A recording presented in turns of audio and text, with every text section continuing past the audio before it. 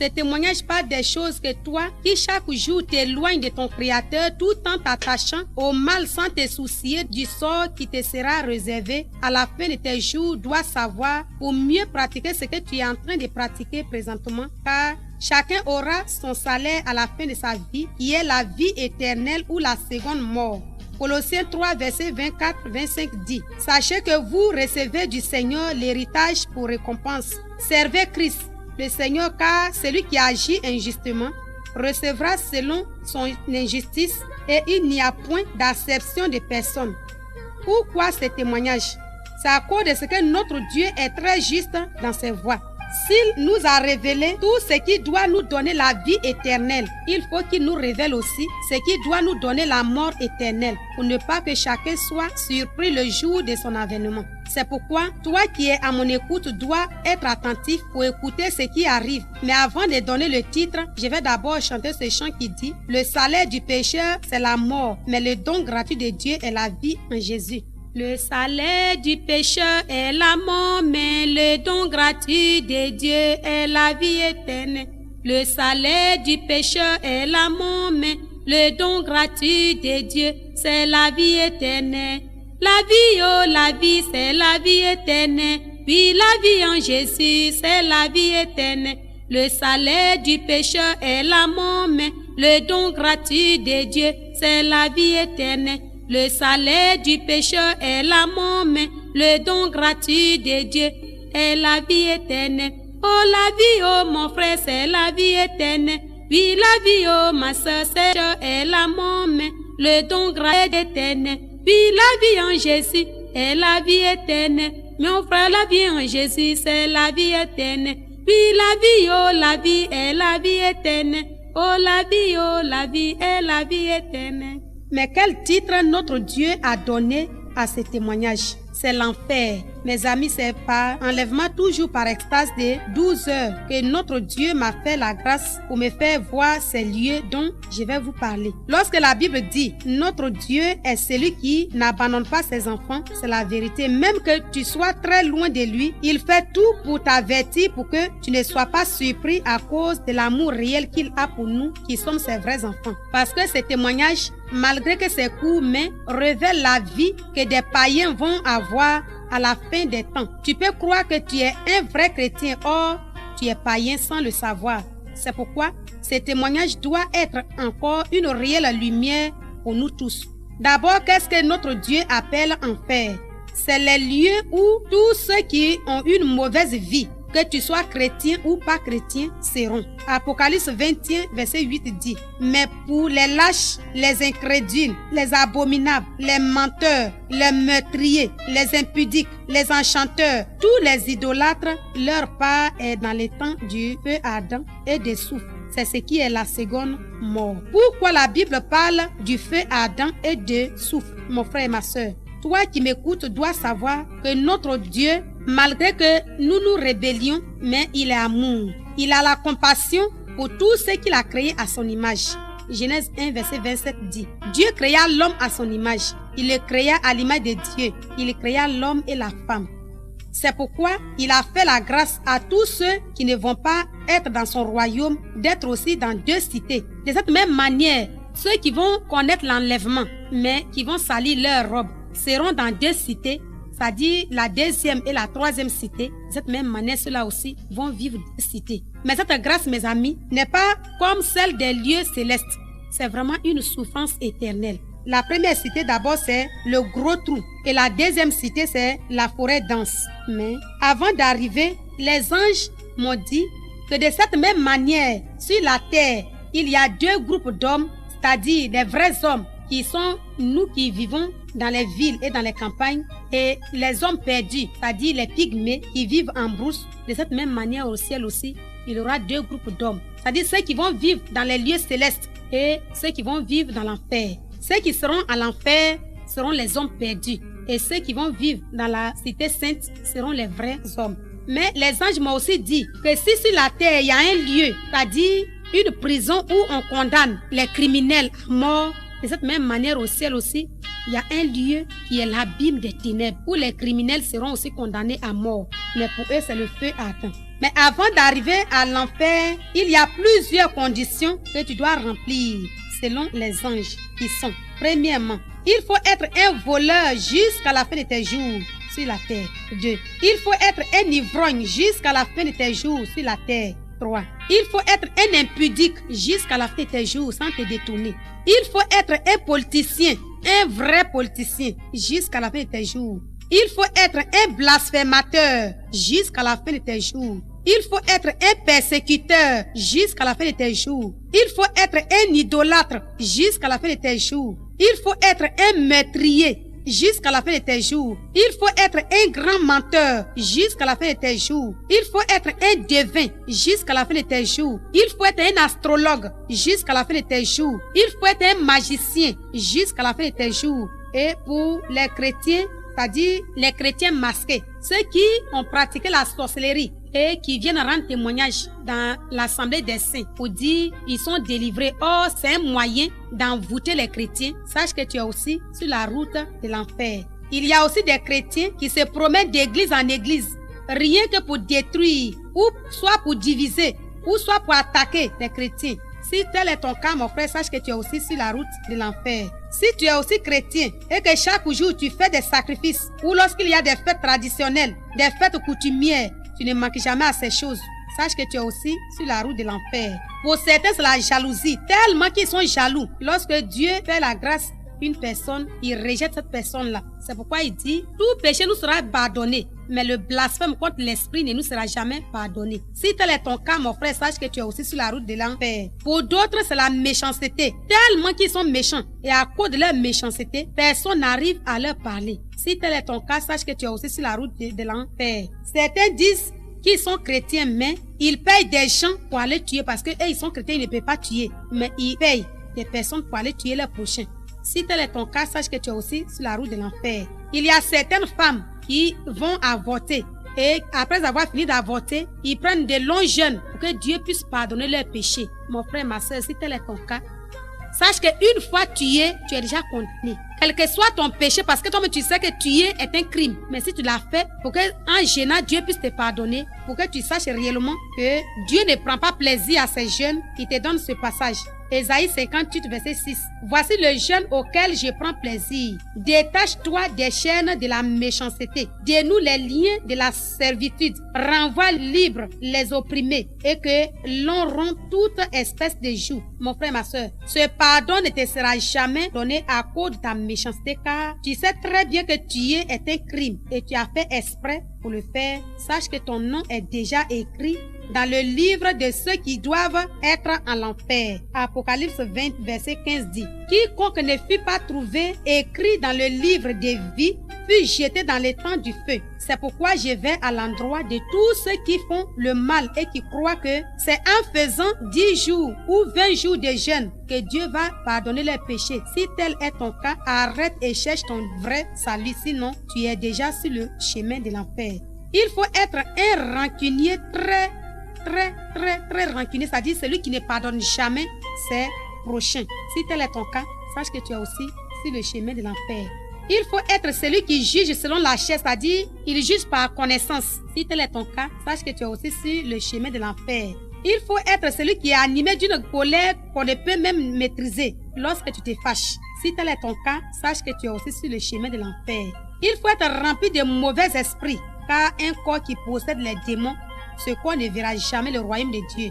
Si tel est ton cas, sache que tu es aussi sur la route de l'enfer. Après avoir franchi ces conditions, il y a encore 3 grandes étapes qu'il faut franchir qui sont: il faut être à la gauche de notre Dieu. 2. Il faut passer par la porte large. 3. Il faut avoir un point faible dans ta vie. Mais qu'est-ce que Dieu appelle porte large?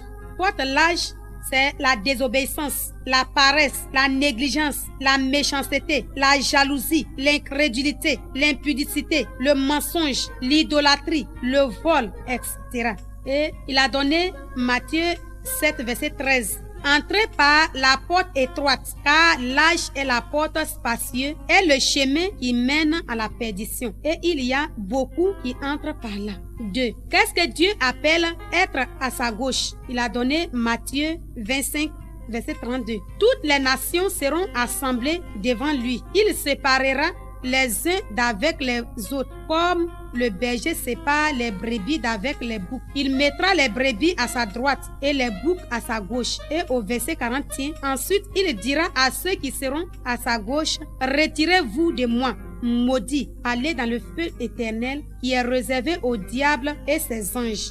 Ensuite, qu'est-ce que Dieu appelle point faible? Ézéchiel 14, verset 2 dit, Fils de l'homme, ces gens-là portent leurs idoles dans leur cœur et ils attachent les regards sur ce qui les a fait tomber dans l'iniquité. Me laisserai-je consulter par eux? Mon frère, ma soeur, ce point est très important car même étant des vrais chrétiens, nous serons très surpris au dernier jour à cause de ce que chacun a une faiblesse quelconque dans sa vie. Qu'est-ce que Dieu appelle point faible? C'est ce que tu aimes tant, c'est ce qui te tient captif. Pour certains, c'est l'argent. Quand ils n'ont pas l'argent, ils tombent malades. La joie disparaît. Ils n'ont plus le temps pour invoquer les dieux. Pour d'autres aussi, c'est la nourriture, tellement qu'ils aiment cette nourriture. Et quand la nourriture n'est pas là, ils tombent malades. Mon frère, sache que si tu as quelque chose quelconque dans ton cœur, si tu as quelque chose quelconque que tu aimes tant, c'est ce qui va t'amener à l'enfer. C'est pourquoi il nous dit de ne pas avoir un point faible dans notre vie, pour ne pas que l'ennemi passe par ces points faibles pour nous cribler. Sinon, nous n'allons pas voir le royaume de Dieu. Mais si tu veux vraiment être un enfant de Dieu, il faut mettre Jésus-Christ de Nazareth comme un sceau sur ton cœur. Ensuite, après avoir rempli ces conditions et franchi ces 3 étapes, il aura 2 grands groupes selon ce qui m'avait été dit par les anges. D'abord, ceux qui seront dans le trou, c'est-à-dire l'abîme des ténèbres pour être consumés par le feu, et ceux qui seront dans la forêt dense pour souffrir éternellement. Mais qui pourra être dans l'abîme des ténèbres et dans la forêt dense? D'abord, ils m'ont fait descendre dans le trou. Je vous dis que c'est vraiment terrible. C'est très terrible ce que mes yeux ont vu. Plusieurs groupes de malfaiteurs. Et à côté de chaque groupe, il y a des choses, c'est-à-dire ce que ces personnes ont pris pour tuer, car ce sont leurs œuvres. Mais ce qui m'a marqué, ces personnes étaient classées selon leurs œuvres, c'est-à-dire si tu as tué avec machette, le jour où tu meurs, on te conduit dans le groupe de ceux qui ont aussi tué avec machette. Ainsi de suite. Mais quelque chose m'avait fait du bien. Comment? Lorsque les anges m'ont dit qu'à leur niveau, ils auront un jugement. Mais comment ce jugement va se faire? C'est-à-dire, même étant condamnés, ils peuvent être dans la forêt dense. Ceux qui sont présentement dans le trou, c'est-à-dire qu'ils sont déjà condamnés pour le feu. À leur niveau, à la fin des temps, il y aura aussi un jugement. Ces personnes peuvent être dans la forêt dense, mais ils ne pourront pas être dans la cité sainte. Ils ne vont pas connaître le royaume de Dieu. Mais qui sont ceux qui peuvent être dans la forêt dense malgré qu'ils sont présentement dans le trou? C'est ceux qui ont tué par l'ignorance. C'est-à-dire, croyant qu'ils sont en train de rendre service, ils ne savent pas. Par exemple, quand je prends l'exemple des infirmiers, ils m'ont donné l'exemple des docteurs qui tuent des gens sciemment, mais eux-mêmes ils ne le font pas. Soit ils donnent un comprimé, ou bien soit ils donnent une piqûre à un infirmier, croyant que l'infirmier peut croire que c'est pour soigner le malade, or que c'est pour tuer le malade. Le fait qu'il a pris pour tuer, or ce n'est pas lui-même sciemment qu'il a fait, mais il a été corrompu ou bien il ne savait pas, et puis pour lui il croyait que c'était pour guérir le malade. Et il a pris le comprimé, la piqûre, ou soit le comprimé, pour donner au malade, et le malade a trouvé la mort. Celui qui a fait l'acte, qui a commis l'acte, et celui par qui aussi il a passé pour tuer, les deux seront condamnés. Mais celui qui a fait sans le savoir, lui, il peut être dans la forêt dense, malgré qu'il a tué. Ce côté, vraiment, mes amis, ça m'a vraiment touché. Je vous dis que j'ai commencé à crier. Parce qu'il y a des femmes qui, pour que leur mari les aime, elles vont voir les féticheurs. Et ces féticheurs leur donnent des médicaments. Pour elles, elles croient que soit c'est pour que l'homme puisse les aimer. Mais quand elles introduisent soit dans la boisson ou soit dans la sauce, après avoir fini de boire ou après avoir fini de manger, cet homme meurt. En principe, elle ne devait pas être condamnée. Mais le fait qu'au travers elle, la personne a trouvé la mort, elle doit être aussi condamnée. C'est pourquoi je vais à l'endroit de toutes mes sœurs et tous mes frères et sœurs qui, soit ils payent, ou soit qui, à cause de l'argent, ou à cause de se faire aimer, ils tuent. Sachez que vous êtes sur le chemin de l'enfer. Donc arrêtez dès maintenant. Si quelqu'un te donne le médicament pour donner à quelqu'un, mon frère, ne juge pas par l'apparence. Ne fais pas confiance à n'importe qui. Il faut d'abord contrôler le médicament qu'il t'a donné. Si ce n'est pas un médicament qui peut tuer, si ce n'est pas un fétiche qui peut détruire, si ce n'est pas quelque chose qui peut détruire, avant de donner à la personne. Sinon, même que tu rendes service, même que tu ne sais pas, une fois qu'au travers de ton canal, quelqu'un a trouvé la mort, sache que tu es démon pour la personne. Tu ne verras jamais le royaume de Dieu. Tu seras en la paix. Ils m'ont dit, tu as compris? J'ai dit oui. La deuxième cité, c'est-à-dire, lorsque nous sommes sortis du trou, nous sommes maintenant entrés dans la deuxième cité qui est la forêt dense. Mes amis, là-bas, du bas en haut, je vous dis que du bas en haut, c'est touffu. Or, sur la terre ici, lorsqu'on parle de la forêt dense, soit le bas est vide, on peut même s'asseoir, on peut même prendre une nappe même pour se coucher, pour prendre de l'air. Mais je vous dis qu'au ciel, du bas en haut, cette forêt est touffue. Et j'ai commencé à crier. Ils m'ont donné l'Apocalypse 22, verset 15. Dehors, ce sont les chiens. Ensuite, ils m'ont aussi donné 1 Corinthiens 2, verset 14, qui dit, mais l'homme animal ne reçoit pas les choses de l'Esprit de Dieu, car elles sont une folie pour lui. Et il ne peut les rituellement qu'on en juge. Dans cette cité, mes amis, c'est tous ceux qui ne vont pas commettre le meurtre, c'est-à-dire qui ne vont pas tuer, qui seront dans cette cité. Et ils m'ont aussi dit que Dieu ne fera pas acception de personne. Pourvu que tu sois un pécheur, tu seras dans ces lieux. C'est pourquoi, toi qui chaque jour crois que c'est la boisson qui est ton ami. Si toi tu n'as pas payé la boisson, les sociétés qui fabriquent la boisson ne vont plus évoluer. Si tu attends ma voix, il te demande encore de redoubler, c'est-à-dire de doubler la dose. Toi aussi qui cours derrière les femmes, malgré que tu es marié, il faut encore doubler le nombre. Toi aussi qui, chaque jour, ne fait que semer le trouble, la division dans les foyers. Si tu entends ma voix, il faut encore redoubler d'efforts. Il faut encore diviser plusieurs foyers pour que tu te sentes mieux le jour où tu seras dans cette cité. C'est pourquoi Apocalypse 22, verset 11 dit que celui qui est injuste soit encore injuste. Que celui qui est souillé se souille encore plus. Et que le juste pratique la justice. Et que celui qui est saint se sanctifie encore. Sache que dans ces lieux, tu vivras réellement comme un animal. Je vous dis que du bas en haut, comme tout à l'heure je viens de dire, cette forêt est touffue. Si sur la terre, même que tu sois riche, malgré que tu as des villas, malgré que tu as des voitures, malgré que tu as tout ce que l'homme peut avoir, dans cette forêt, tu seras comme un animal. Non seulement tu ne seras pas habillé, tu ne seras pas aussi en possession de tes bénédictions. Tu vas vivre comme un animal. De cette même manière, les nez sont nus en brousse. C'est de cette même manière que tu seras mon frère, ma soeur. C'est pourquoi, si tu veux être riche et être auprès de ton Dieu, pour que tu sois très heureux, il te donne Acte 4, verset 12.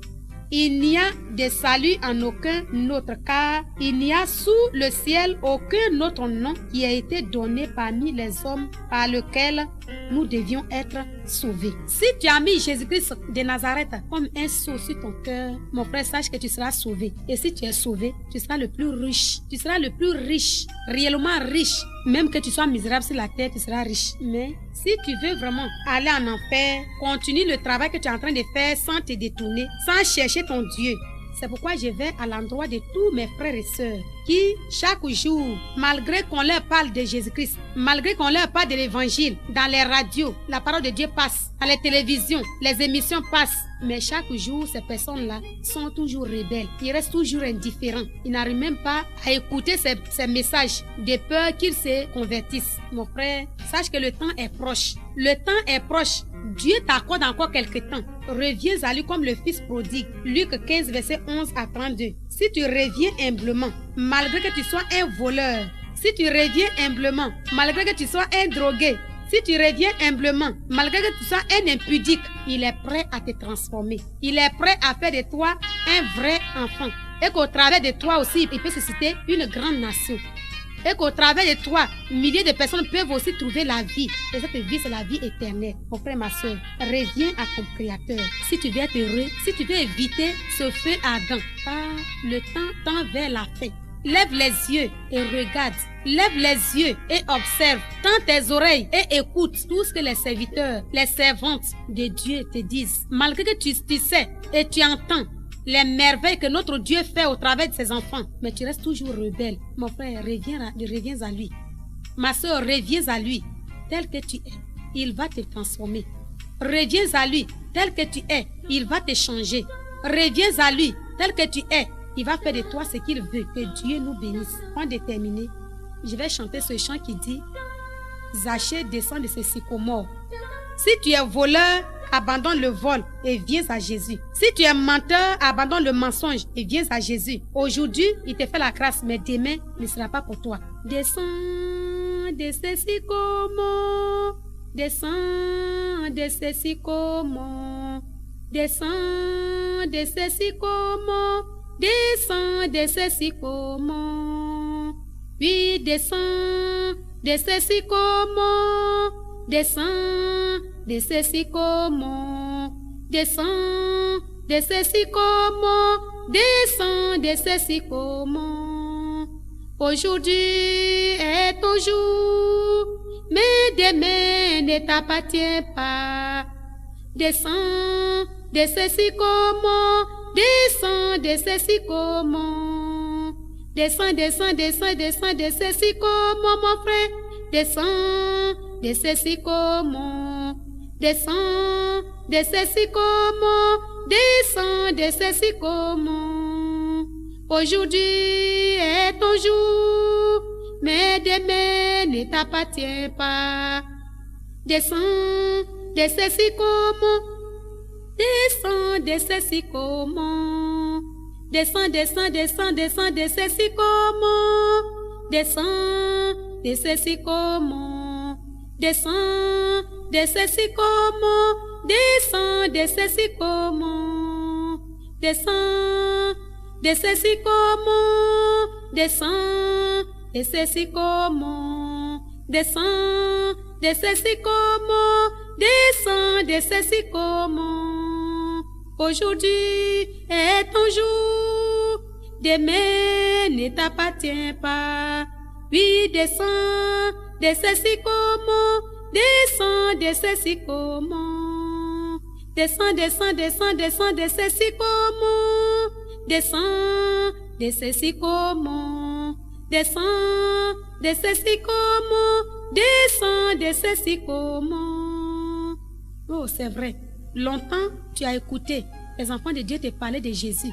Longtemps, tu es resté rebelle à la parole de Dieu. Longtemps, tu as tué et tu continues de tuer. Longtemps, tu es impudique et tu continues d'être impudique. Longtemps, tu es menteur et tu continues d'être menteur, mon frère. Reviens à Jésus. Sinon, ce que mes yeux ont vu dans ces lieux-là est très terrible. C'est pas un lieu où toi qui est très fier de toi doit être. Reviens à Jésus. C'est lui qui est ton créateur. Ce n'est pas le diable qui t'a créé. Reviens à lui. Comme le chant qui dit, Satan t'a trompé. Il est celui qui trompe les gens, mais Dieu ne trompe pas. Dieu est celui qui nous exhorte chaque jour. Il prend soin de nous révéler tous ces points cachés. Comme dans Jérémie 33, verset 3, il a dit, invoque-moi et je te répondrai. Je t'en montrerai des grandes choses, des choses cachées que tu ne connais pas. C'est parce que tu ne connais pas que tu vis dans ces péchés. C'est parce que tu ne connais pas que tu es toujours encore attaché à tes choses qui ne sont pas agréables à lui. Mais reviens à lui maintenant, mon frère. Maintenant que tu sais que, étant sur la terre très heureux, et que dans le royaume, dans les lieux célestes, tu seras comme un misérable, tu seras comme un animal. Reviens pour ne pas que tu sois comme un animal. Que Dieu nous bénisse, qui nous donne la force, et qui nous donne vraiment le courage, et qui nous donne réellement son amour réel, afin de revenir à lui, étant notre Père, étant notre Créateur. Soyez bénis. Amen.